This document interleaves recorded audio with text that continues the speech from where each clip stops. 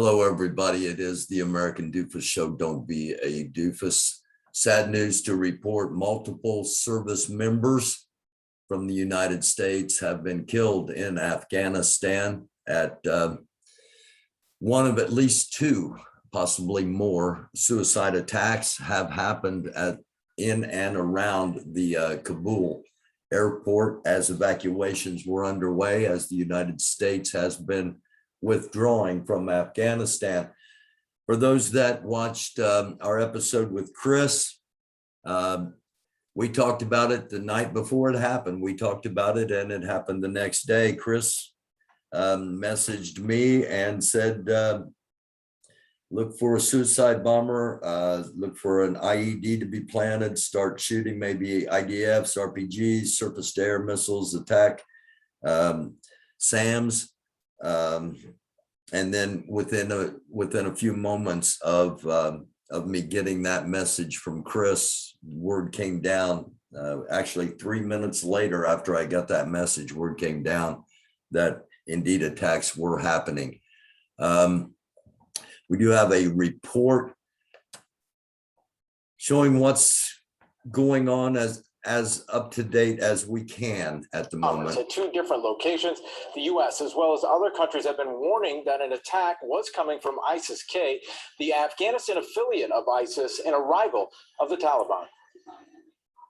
This is exactly the scenario the U.S. was trying to avoid: an explosion outside one of four main gates to get into Kabul airport. Multiple casualties and multiple people wounded. The Pentagon saying in a tweet, quote, "We can confirm that the explosion near the Abbey Gate at the Kabul airport has resulted in an unknown number of casualties.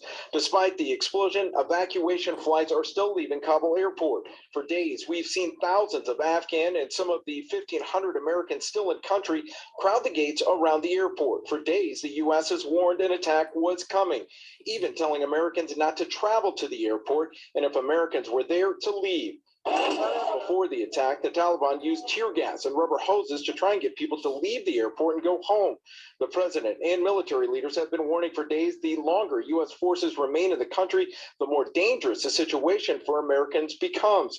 Part of the reason the president decided to stick with the August 31st deadline. Senator Dick Durbin, not long after the Pentagon confirmed the explosions. This is a reminder that the notion that we can delay the timetable of completing our task of evacuating Americans and those who have helped Americans really opens us to vulnerabilities and dangers. Now, that other suicide bombing was outside of a hotel that was near the airport. We are also learning from the Washington Journal Wall Street Journal rather, that at least 3 people that died in one of the attacks or injured rather in the attacks were U.S. Marines. And while we did see a couple of flights leave the Kabul airport after the explosion, we have not seen any since. We're still working obviously on confirming a lot of information. Obviously, the situation is very fluid. We do expect to hear from the Pentagon here at any moment. They did have a briefing scheduled for 9:30. That got moved to 11:30. And now we are still waiting to hear from the Pentagon. We're also waiting to hear from someone possibly at the White House. Possibly that could be the president a little later on today. For now. So that's what's going on in Afghanistan. Why does it matter? How does it impact? Well, chances are that a number of Americans, the gates are sealed. The flights will probably not be forthcoming to get people out. The situation has changed, and it's especially dire for those that were allies within the Afghan community that were aiding the Americans and the coalition forces in trying to stabilize their country. They are now looked at as traitors, and their futures are probably very dire, unfortunately. We'll be keeping up on this as the day unfolds, and we'll be back later on this evening, possibly live at 10 p.m. to talk about everything that that's going on. One other thing I want to bring up before closing here is what happened at the Donald Trump rally over the weekend in regards to COVID-19, the virus, and in regards to the vaccinations. If you'll remember back in 2020, when this all started, Donald Trump said 15 people may die and it'll magically disappear. He played it down. He didn't take it seriously. Over 600,000 people have died so far. Now, Donald Trump is telling people, you should take the vaccine. I took the vaccine. Why 8 months later? Because he's seeing the number of people he himself has led to death, in my opinion. No, not getting that vaccine. No. The vaccines are not good, huh? Are you vaccinated? No, but I have a lot of hydrochloroquine and zinc in my house. So have you got your vaccine shot?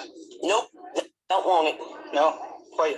They ain't tested it enough, from my opinion. Yeah.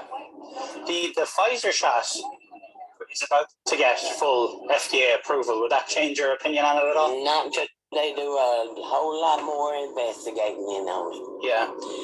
Nothing's going in me until then. Right. Do you think that would take a long time? About 10 years or so. I don't trust the government. I don't trust CDC. I don't trust none of them. What is it about the vaccine? Because I've watched Dr. T. Penny, and she's done a lot of research on it. Dr. Sherry Tenpenny is a discredited conspiracy theorist who pushes dangerous misinformation about vaccines. I'm sure you've seen the pictures all over the internet of people who've had these shots and now they're magnetized. They can put a key on their forehead, it sticks. They can put spoons and forks all over them and they can stick. Those and other unhinged false claims landed Tenpenny on a list known as the Disinformation Dozen, super spreaders of COVID misinformation. These 12 people are out there giving misinformation. Anyone listening to it is getting hurt by it. It's killing people. It's bad information. But Tenpenny and others in the Disinformation Dozen are finding appeal among some Trump supporters. My own doctor tried to get me to get the shot, and I told him to go watch Dr. T. Penny. So you trust this woman on the internet more than your own? Let that sink in for just a second. Her doctor, the person that she should trust with her health, tells her to get a vaccination. And she trusts somebody on the internet that she has absolutely no clue who they are. There's a lesson for all of us in there. Doctor? I do. To listen to the internet or to listen to, rather than the professionals, the scientists, the CDC, the FDA, if you look at the history of vaccine, it's been, again, the greatest gift we've ever been given. People today wouldn't be at any of these events. They would either have polio, they would have smallpox, they would have many other diseases. Vaccines have saved us. Trump came here to Alabama Saturday. It's the state with the lowest vaccination rate in the nation. And at the time of this rally, every ICU bed here was full. His timid suggestion his supporters should get the shot was met with jeers. And you know what? I believe totally in your freedoms. I do agree. You got to do what you have to do. But I recommend taking the vaccines. I did it. It's good. Take the vaccines. But you got, no, that's okay. That's all right. You got your freedoms. But I happen to take the vaccine. If it doesn't work, you'll be the first to know. Okay?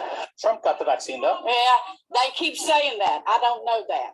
I mean, I'm not fully convinced of that. You don't think Trump got the I don't think he did. Yeah. I really don't. In so many people's minds, so many people who don't want to get the shot, this is a Republican Democrat thing. Oh, absolutely. You know, we know, but I will tell you, I don't personally see that virus came over here on a donkey or on an elephant, and it's affecting everybody. I watch Prophets of God and Newsmax and maybe a little Fox. That's about it.